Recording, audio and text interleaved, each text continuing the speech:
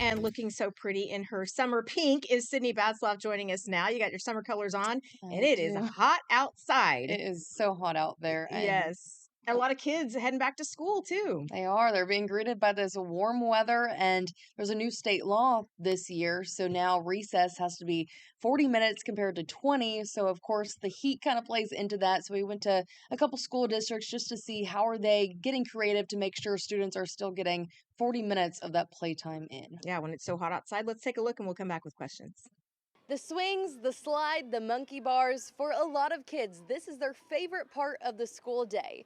Under a new law, kids now get 40 minutes of recess. But when it gets this hot outside, schools are having to get creative to make sure they get all of that playtime in. It feels like temperature outside is above 95. 95, stay alive, we stay inside. At Santa Fe South Schools, that's the magic number to move recess indoors. You'll see a lot of fun things happening on carpets during indoor recess where kids are playing with each other or interacting in some type of music and movement. With longer recess periods, teachers are having to get creative to keep their students entertained when they can't play outside. What I have done is collected a lot of toys and a lot of games, because one thing we don't want to do is put them right on their computer while they're taking time away from learning. We want them to focus on relationships and play as much as possible. At Putnam City Schools, they're splitting the new 40-minute recess requirement into two 20-minute periods, which helps them work around the heat. So typically what happens, you have a little bit of a recess in the morning,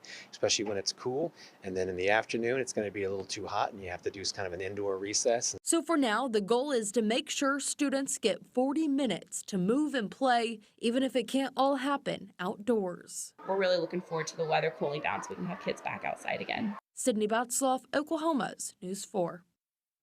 And Sydney joins us now with questions. So that's just two of the districts. And of course, Oklahoma City also started this week. So a lot of kiddos are getting extra time outside. But like we heard, if it's 95, and that's not even the temperature, that's the heat index is 95, they say bring them inside. So where inside are these kids going? What are they doing to play? Yeah, so it really just kind of depends on the school and what they have. Some of the schools told me they're just going into the teacher's classroom. That teacher I talked with, she said she actually made like an Amazon wish list and has been asking people to contribute games and stuff.